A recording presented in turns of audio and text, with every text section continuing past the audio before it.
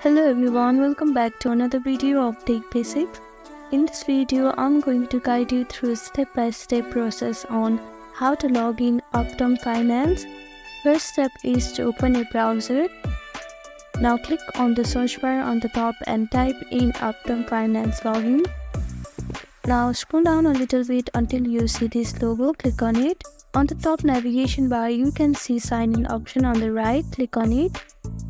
Now you have 4 options here, click on individuals and families. Now scroll down a little bit until you see Optum Financial, click on sign in.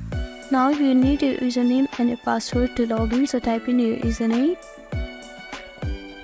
Now type in your password.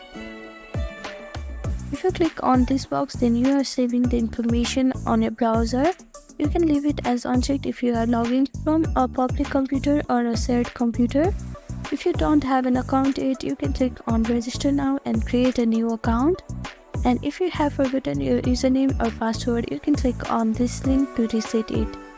Now click on sign in, and this is it. Following this simple step, you are now able to log in Optum Finance. Thank you for watching this video. I hope this video was helpful to you. Please do like, share and subscribe to our channel, and don't forget to comment down below. Thank you.